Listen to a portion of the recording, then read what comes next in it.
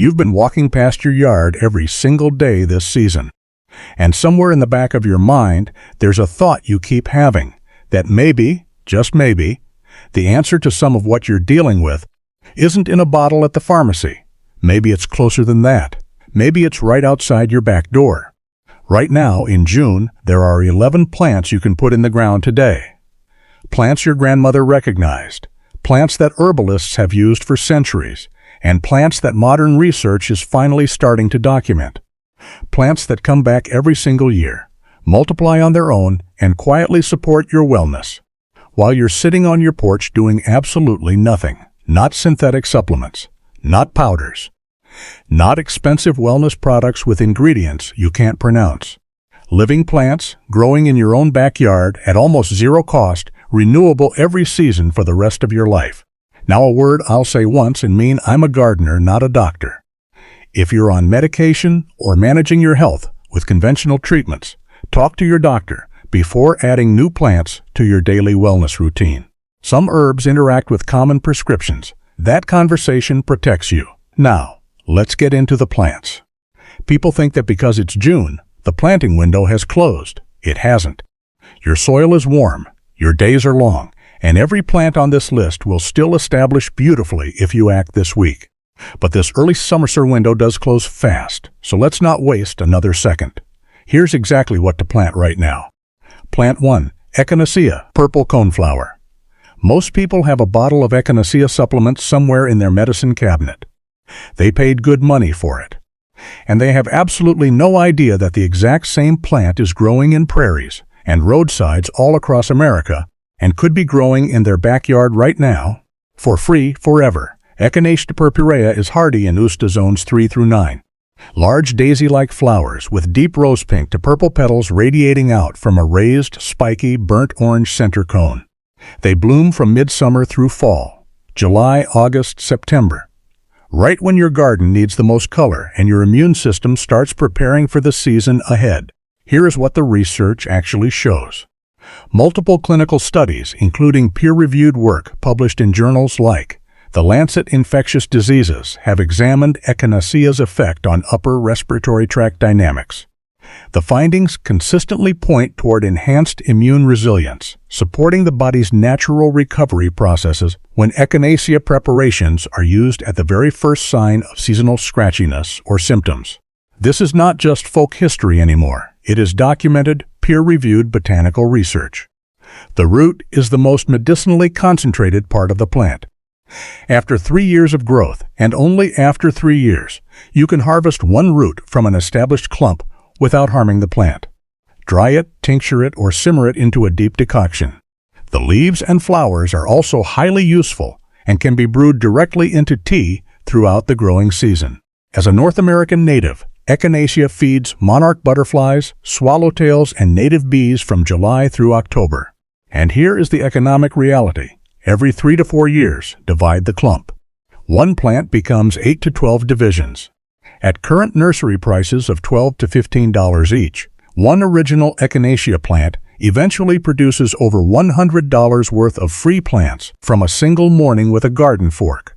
That seed head you're tempted to cut down in fall, leave it standing. Goldfinches feed on it from October through February. You are growing a traditional wellness plant, a pollinator garden, and a bird feeding station in the same square foot of ground. Plant it in full sun, well-draining soil, and give it room to spread. Because it's June, make sure to water it deeply once a week while it establishes its roots in the warm early summer soil. After year 1, it largely takes care of itself. Tell me in the comments, have you ever used Echinacea from a store? What state are you gardening in?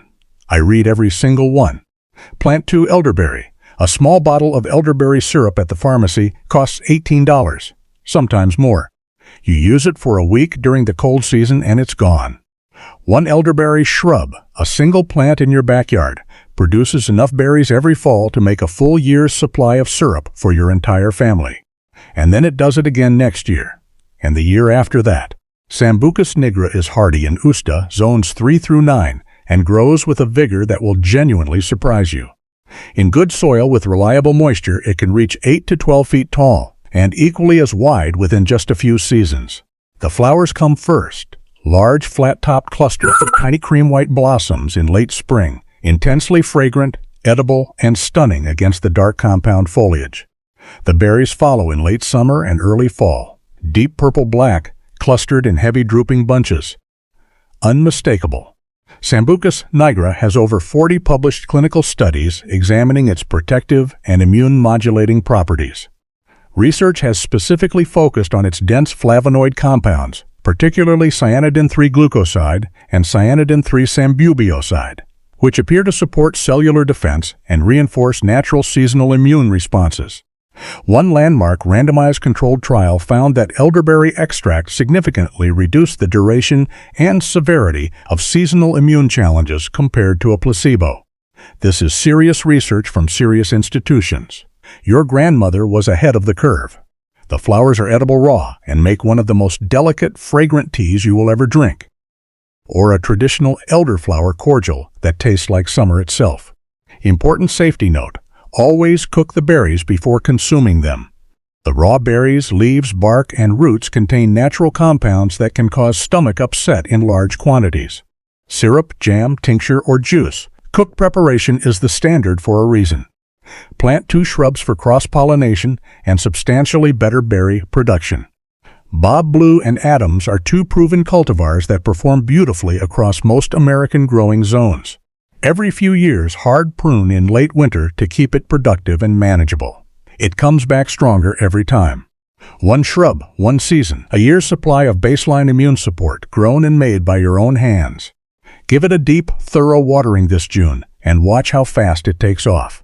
If this channel is already giving you something your health needs, subscribe right now, before Plant 3. Hit the bell so the next video finds you automatically.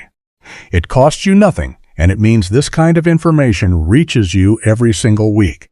Plant 3. Holy Basil, Tulsi. Cortisol is the stress hormone your body produces in response to pressure, worry, physical discomfort, and disruption.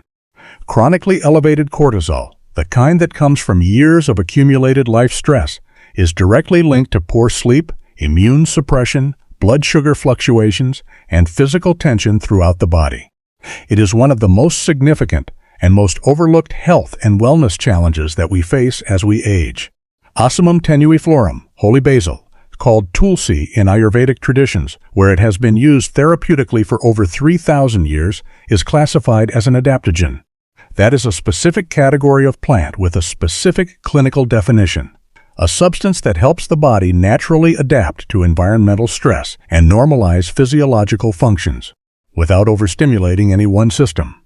It works with your body's own mechanisms, not against them.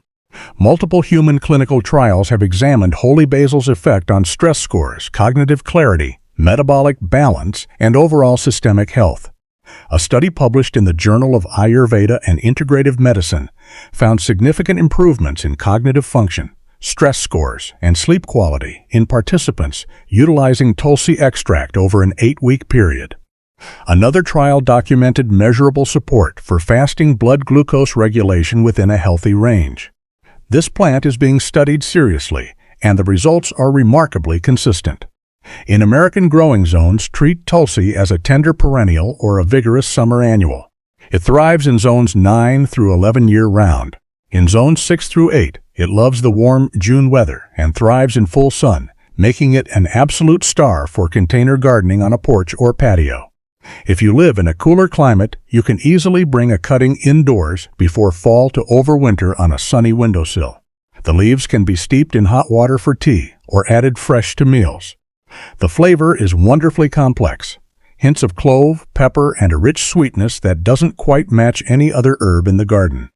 Drink it as a daily tea throughout the growing season.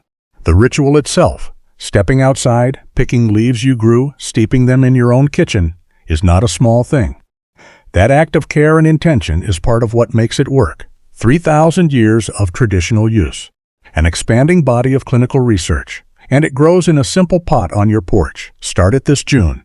Plant 4 calendula. As we move past 60, skin changes. It renews itself more slowly. It dries out faster. It becomes more reactive to everyday products that never used to bother you before. And the standard answers from a store shelf often come with long ingredient lists you can't pronounce and synthetic elements. that feel worse than the original dry patches.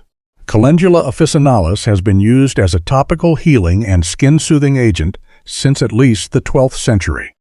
It is not an accident that it has persisted that long. Modern research has validated what generations of healers documented through direct observation. Calendula's active compounds, specifically the triterpenoids, flavonoids, and polysaccharides concentrated in the flower petals, have measurable anti-inflammatory, protective, and skin-renewing properties when applied topically. Published studies have examined calendula preparations for supporting skin recovery, managing tissue sensitivity, and soothing chronic dry skin conditions. A randomized trial published in the Journal of Clinical Oncology found calendula cream exceptionally effective in supporting skin integrity and reducing skin reactions during rigorous tissue stress. That is a clinical, controlled study in one of the most rigorous medical journals in the world. Hardy and Usta, zones 2 through 11. Calendula is one of the most generous and joyful plants in the garden. Plant it this June in full sun to part shade. It begins blooming within weeks of planting and continues producing gorgeous orange and yellow flowers straight through the summer. The more you harvest the flowers, the more it produces. Deadhead consistently, and it simply does not stop. Making calendula-infused oil requires exactly 3 things. Dried calendula flowers, a quality carrier oil, olive oil works perfectly, and time. Fill a clean jar loosely with dried petals. Cover completely with oil. Seal it. Set it on a sunny windowsill for 4 to 6 weeks. Strain it. That infused oil is the perfect base for a soothing salve, a moisturizing facial oil, or a protective treatment for dry, cracked hands. Add melted beeswax to the infused oil, and you have a calendula salve that costs you almost nothing and works beautifully to support skin barrier renewal. Give a jar to your daughter. Give one to a neighbor. Growing something supportive with your own hands and sharing it. That is not just gardening. That is an act of genuine care. 1 packet of seeds, a few weeks to first bloom. A lifetime of skin support from your own backyard. What is the one wellness challenge you wish you had a more natural solution for? Tell me in the comments and tell me what state you're in. Your answers shape the videos I make next. Plant 5, valerian. A massive percentage of adults report regular difficulty sleeping. Not occasional restlessness. Chronic, disruptive, exhausting sleep issues that affect every other aspect of energy and quality of life. And the options most people reach for: sleep aids with dependency risks or medications that leave you feeling foggy, slow, and fatigued the next morning. Often trade one issue for several others. Valeriana officinalis is a tall, stately perennial, reaching 3 to 5 feet with clusters of tiny white to pale pink flowers that bloom in early summer. Hardy in Usta zones 4 through 9, it grows with minimal attention in average to moist soil and full sun to part shade. Once established, it is essentially self-sustaining. The root is the medicinal part. After 2 full growing seasons, harvest a portion of the root in the fall after the plant goes dormant. The fresh root is relatively odorless. Dried, it develops the characteristic sharp, earthy smell that valerian is known for. Not everyone's favorite, but the compounds responsible for that smell are also responsible for its natural calming and sedative properties. Dry the root, tincture it, or encapsulate it in powder form. Taken 30 to 60 minutes before bed, valerian preparations have been studied in dozens of clinical trials for supporting sleep latency, the time it takes to fall asleep, and overall sleep quality. A meta-analysis published in the American Journal of Medicine, reviewing 16 randomized controlled trials, concluded that valerian significantly supports natural rest patterns without producing next-day grogginess. While not every study shows identical results, the consistent pattern across trials is highly meaningful, and its safety profile is exceptionally well established. This is a plant worth growing, worth harvesting, and worth knowing. Pollinators are powerfully attracted to the flowers, and the foliage is genuinely beautiful, ferny, bright green, and architectural. It earns its place in the garden on aesthetics alone. The wellness value is everything that comes on top of that. It takes 2 seasons to grow the root to maturity, which is why planting it this June is so important. Let it establish its foundation in the warm early summer soil while you're enjoying everything else on this list. 5 plants in. If you're still here, you are exactly the kind of gardener this channel was built for. Subscribe right now, hit the bell, and join the community of people whose backyards are becoming something genuinely different. Plant 6. Lavender. There is a moment this plant creates for you that you cannot fully anticipate until it happens. You walk past your lavender on a warm June morning. The bees are already working it. The scent hits you before you've even registered the plant. And something in your nervous system, your breath, your shoulders, your jaw, instantly releases. That is not imagination, that is pure physiology. Lavandula angustifolia is hardy in Usta zones 5 through 8. It features beautiful silvery green aromatic foliage and tall flower spikes in deep purple, soft lavender, or pure white. It blooms in early to midsummer, and if cut back after the first flush, often again in late summer. Head coat works beautifully for a deep, rich purple and compact form. Vera offers excellent essential oil concentration and a strong therapeutic fragrance. Munstead is legendary for its reliability across the widest range of American growing conditions. Lavender's effect on the nervous system has been studied more extensively than almost any other aromatic plant in clinical literature. Inhalation of lavender's natural compounds has been shown in multiple controlled trials to calm stress scores, lower cortisol pathways, and encourage deep, restful sleep quality. Growing your own means you have access to the fresh plant, the dried flower, and the oil in ways that no supplement bottle can replicate. Bundle the cut stems and hang them upside down in a dry room for 2 weeks. Those dried bundles go in a linen closet, under a pillow, or in a small sachet in a drawer. The scent releases slowly for months. Steep the fresh flowers in a carrier oil for a topical preparation, or brew the dried flowers into a mild evening tea to wind down. Deer do not touch it. Rabbits avoid it. It is extraordinarily drought-tolerant once established. It lives for decades in the right conditions.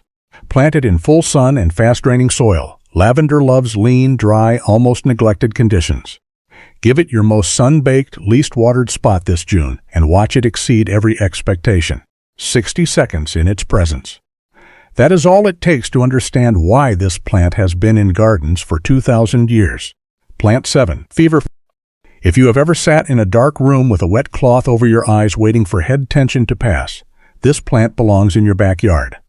Not as a replacement for medical care, but as a traditional preventive tool that has been used for exactly this purpose since ancient Greece, and that has enough modern research behind it to appear in clinical guidelines across several European countries for systemic comfort. Tanacidum parthenium is hardy in Usta zones 5 through 9. Small, bright white, daisy-like flowers with yellow centers that bloom prolifically from June through September. The foliage is deeply aromatic, featuring a sharp, clean scent that naturally repels common garden pests like aphids, making it an excellent companion plant throughout the garden. The active compound most studied in feverfew is parthenolide, found concentrated in the leaves. Modern botanical research suggests it helps maintain a balanced, healthy vascular and inflammatory response, supporting full-body comfort before structural tension peaks. A Cochrane review examining multiple randomized controlled trials concluded that feverfew is a highly effective, time-tested tool for long-term comfort support compared to a placebo. The key word here is preventive. It is traditionally used consistently, daily, as a long-term tonic rather than a quick fix. The traditional preparation is straightforward. 2 to 3 fresh leaves eaten daily, typically incorporated into a sandwich to balance the natural bitterness of the raw leaf. Dried leaf preparations are an alternative. Begin slowly and maintain consistency.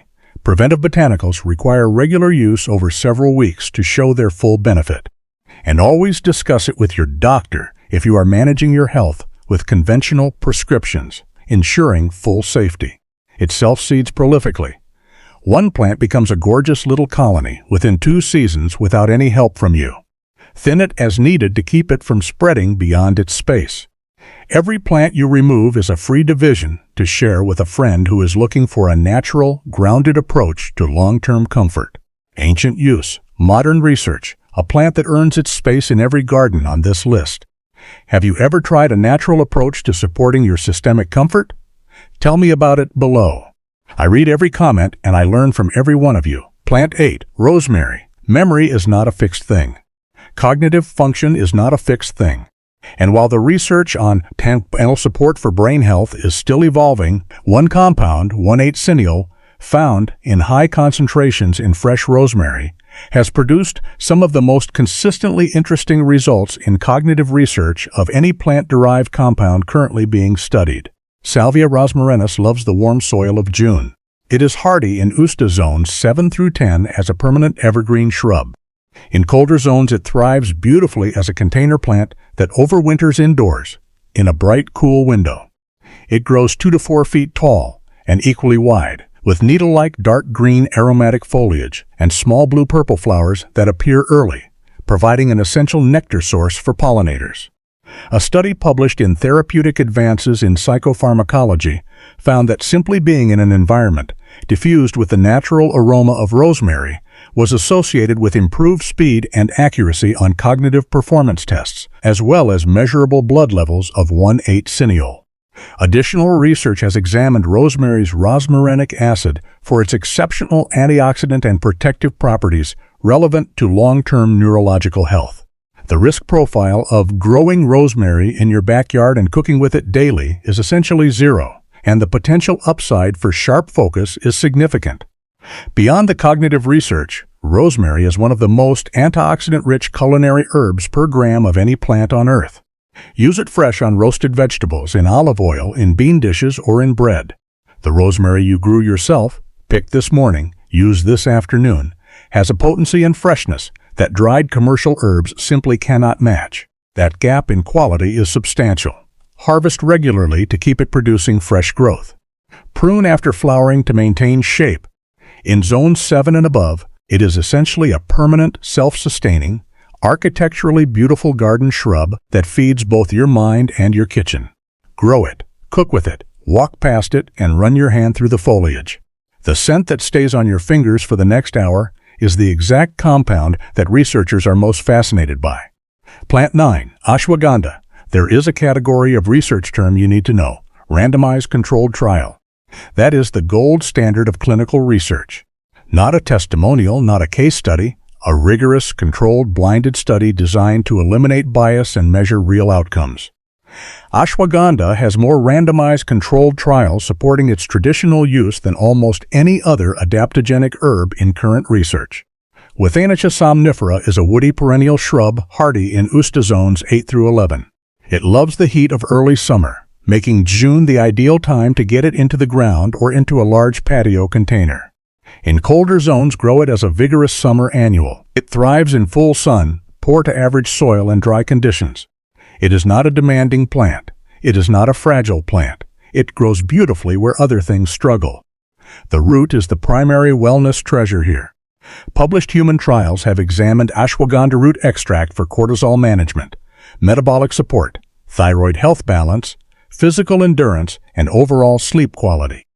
A 2019 study in Medicinal found that participants taking ashwagandha root extract showed significant support for balanced stress scores, healthy serum cortisol pathways, and significant improvements in sleep quality compared to a placebo. Another trial documented measurable improvements in cardiorespiratory endurance and muscle recovery. The evidence base is serious and growing. The root is harvested after one full growing season, fall of the plant's first year. Wash, chop, and dry it thoroughly. Powder it or tincture it. The traditional Ayurvedic preparation is called ashwagandha milk, a teaspoon of root powder stirred into warm milk or a milk alternative with honey and a pinch of cardamom, taken before bed. It is deeply warming, mildly earthy, and genuinely relaxing. Note, ashwagandha can interact with specific thyroid or conventional protocols. If you are managing your health with prescription care, discuss it with your doctor before use. That one conversation is all that stands between you and a plant with one of the strongest evidence bases in botanical science. Start it this month. Plant 10, anise hyssop. This plant does something for your garden in July and August that almost nothing else does. The flower spikes, tall, dense, lavender blue, and vertical, stand magnificent above everything around them at exactly the moment when most gardens are starting to feel tired, flat, and heat-stressed. And the fragrance that rises from those spikes on a warm afternoon, something between anise and fresh mint with a sweetness underneath both, stops people mid-conversation to ask what that smell is. Agastaca foeniculum is hardy in Usta zones 4 through 8. It grows 2 to 4 feet tall with deeply aromatic foliage and flower spikes that bloom from midsummer through early fall. Direct seeding is easy. Transplanting from nursery starts is equally straightforward. It completely tolerates summer heat and drought once its roots anchor in June, handling the kind of summer weather that ends other plants. The entire plant is highly useful. The leaves brew into a pleasant, mildly sweet tea with gentle, traditional digestive properties. It has been used by indigenous peoples of North America for exactly this purpose for centuries. The flowers are beautiful fresh in salads or steeped into raw honey. But the reason anise hyssop belongs on this list, the reason it earns its place alongside plants with deep clinical research, is what it does for every other plant in your garden. It is an absolute pollinator engine. Dozens of native bee species work it constantly throughout the day. Hummingbirds return to it repeatedly. Monarch butterflies use it as a primary nectar source during late summer migration. When you plant anise hyssop, you are installing a pollinator network that benefits every fruit tree and vegetable plant within 100 yards of your yard. It self-seeds generously. The first year you plant it, you have 1 colony. The second year, you have more. The third year, it has found every corner of your garden that wants it and settled in. You can thin it, share it, or let it run, but you will not want to get rid of it entirely. Once you have seen what it does for your garden in August, you will plan around it. Grow it for the fragrance. Keep it for the pollinators.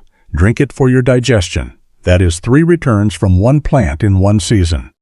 Which plant on this list are you putting in the ground first?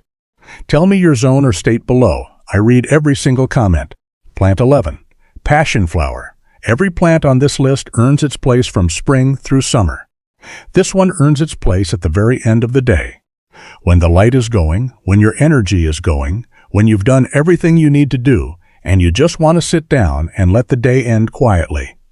This is the plant that is waiting for you. Passiflora incarnata, native passion flower or maypop, is hardy in Usta zones 5 through 9. It is a magnificent, fast-growing native vine that reaches 15 to 30 feet in a single season, climbing trellises, fences, and pergolas with unmistakable enthusiasm. The flowers are unlike anything else in cultivation, intricate, architectural, almost impossibly complex, with layered petals in white and pale lavender surrounding a corona of fine purple and white filaments radiating outward like something from another world.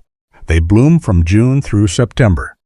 The aerial parts of the plant, leaves, stems, and flowers, have been studied extensively for their natural calming and soothing effects on the mind.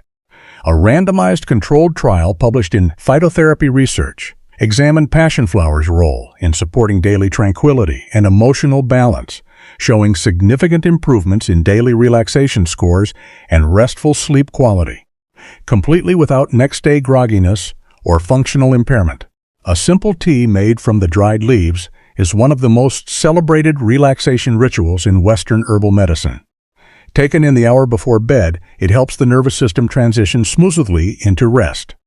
Tincture it for a longer shelf life and more concentrated preparation. The fruits, the maypops, ripen in late summer and early fall. They look like small green eggs hanging from the vine and drop when ripe. The interior is edible, sweet, tropical tasting, full of seeds surrounded by orange-yellow pulp. Eat them fresh, make them into jelly, or simply let them fall and watch the local wildlife find them. Birds, squirrels, and pollinators know exactly what they are. Give passionflower a strong structure to climb. Full sun to part shade, average to moist soil. It dies back to the ground each winter in zones 5 and 6, and returns from the root system each spring with extraordinary vigor. The first year it establishes. The second year it runs. By year 3, it has become an architectural statement in your garden that visitors stop to photograph. When a swallowtail butterfly lands on a passionflower bloom in your backyard on a September evening, when the light is that particular low gold that only September has, and everything around you is starting to slow down, and you are sitting outside in a light jacket with something warm in your hands, that is the moment this entire list pays off. Every decision you made in June, every plant you put in the ground, that moment right there is what you planted for. 11 plants, 1 June window. A backyard that supports your vitality, feeds your pollinators, and gives you something beautiful to walk past every single day for the rest of the season and every season after that. People tell themselves June is too late. It is not. But the window is narrowing, and here is why that matters in a way that is specific and biological, not just motivational language. Soil temperatures across most American growing zones in June sit in the perfect biological sweet spot for rapid root establishment. Perennial root systems establish efficiently, beneficial soil microorganisms are most active, and transplant shock recovers fastest. Plant now and roots have weeks to anchor before peak late summer heat waves arrive, building the structural resilience these plants need for everything that comes after. Wait until peak midsummer heat, and those same roots are trying to establish in moisture-depleted soil, while simultaneously supporting a plant that is trying to grow and bloom above ground. The energy splits, the establishment slows, the plant survives, but it does not thrive. First-season establishment determines long-term performance more than almost any other variable. The window is open right now. It closes soon. Plant something this week. 3 rules before you plant anything. Rule 1. Know your microclimate. Then forget the map. USDA hardiness zones tell you winter survival. They do not tell you summer heat, soil type, humidity, drainage, or the dozen other variables that actually determine whether a plant thrives in your specific yard. Know your zone as a starting point. Then observe your yard this June. Where does water pool after rain? Where does the sun hit longest? Where is the soil dry and cracked in August? Match plants to those micro conditions, and you will outperform every neighbor who just followed the map and stopped there. Rule 2. Division is free value. Every perennial on this list can be divided. Most of them should be divided every 3 to 4 years to maintain peak performance and ornamental beauty.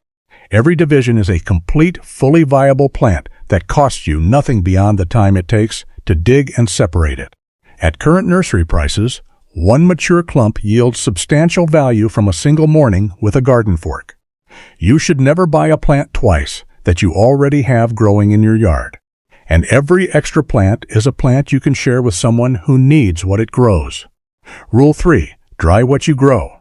The most important step between your garden and your evening routine is drying.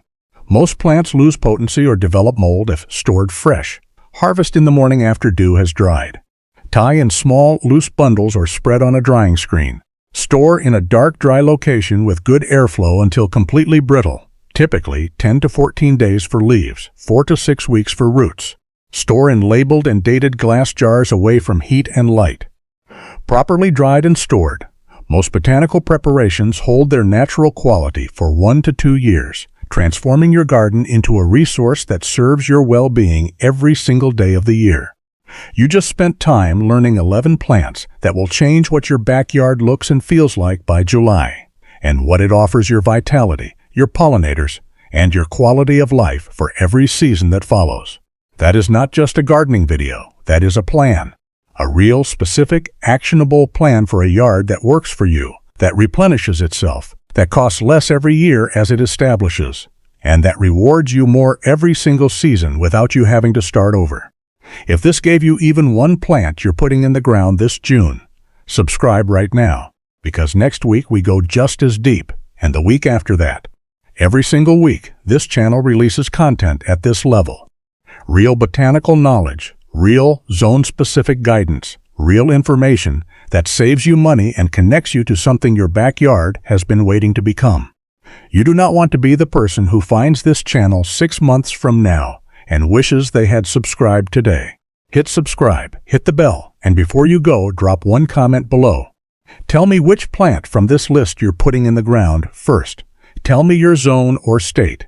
I read every single one, I respond to as many as I can, and your answers directly shape what I make next. This is your garden, this is your health. June is open right now. Go plant something.